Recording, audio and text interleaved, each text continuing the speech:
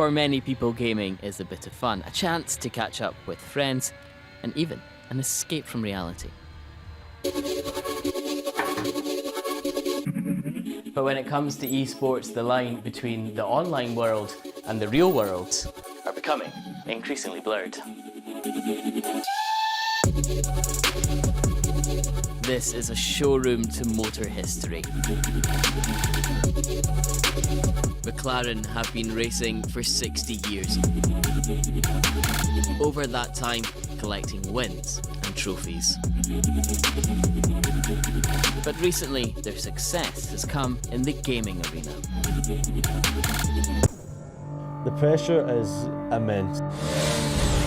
Mentally, that's the hardest part. The results in F1 esports can change in a literal, flash of an eye. Their esports team are the current holders of both the Constructors' Championship and individual driver titles. There's not one moment when you're competing in F1 esports where the pressure isn't, bearing down on you, and that's something that you need to learn to sort of adjust to, and how you also learn about yourself, like how do you react to the pressure, how does your body respond, how does your mind respond, and through trial and error you'll find what works for you, but it is huge. F1 esports is literally the virtual Formula 1. It is the closest thing you'll find in the esports world to, the real life F1 with all the F1 teams involved. So we have, obviously ourselves at McLaren competing against all the other F1 teams, but just in a virtual capacity on the F1 game. My journey began back in go-karts. I drove a go-kart for the first time when I was 7, and ultimately my goal as a kid was to be an F1 driver, inspired by quite literally watching Lewis Hamilton in the McLaren winning the championships, his arrival in Formula 1 back in 07. That's really what sort of lit that spark. Then wasn't able to continue that post 2015 due to just how much money motorsport is. That's just the harsh reality of it. It is for many racing families out there.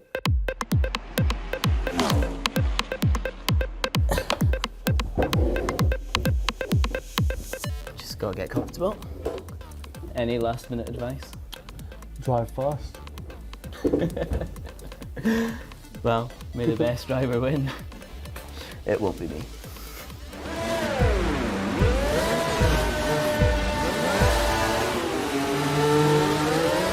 And we're off. Wait, am I winning there? I'm giving you a temporary ego boost.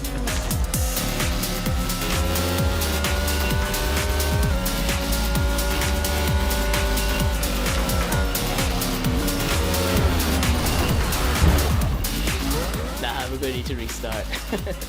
Just kidding, keep going. Okay, by this point, I'm sure he could have lapped me several times, but Lucas does have some tools up his sleeve.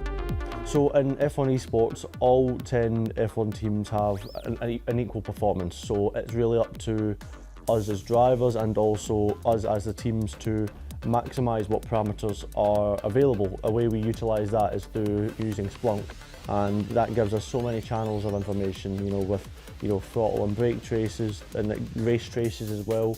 It has infinite amount of information, so many data points, every single lap of so many different cars, a lot that we can analyse and go through, and ultimately that helps us form our strategies both before and during a race. This information is built into the game and is available to anyone, even at home.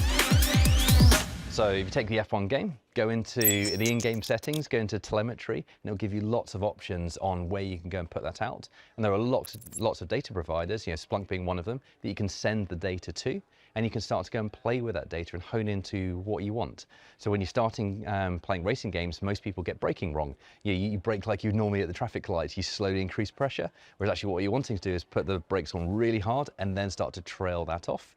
and you can actually look at that curve of the brake pressure and how you're doing. You know, step one of learning how to drive an F1 car. People like me, I'm never going to be at the front of the grid, but I like to know what I'm doing right and what I'm doing wrong, and data is a great way of starting to help to understand that.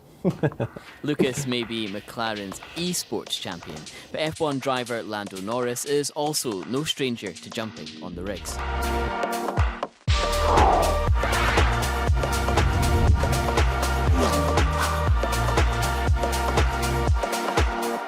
The F1 video game is the closest thing you can do to real-life racing without getting behind the wheel of a kart or a car.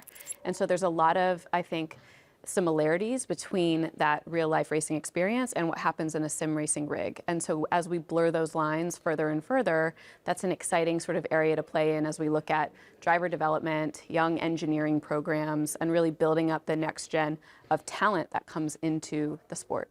What is the dream? I'm never satisfied, it's got to be more. So yeah, that's sort of the mindset I've adopted. And yeah, the dream's just to keep pursuing, better, keep trying to be better. If Lucas is still trying to get better, then I've got a long way to go. Oh, sorry. Crashing into you. I'm just going to cut that corner. Nobody saw. Shortcut, Chico. Nobody saw, it's fine. Okay, you're miles ahead of me now. Taking it home now, yes. Well done. All good. Winner. Good fun.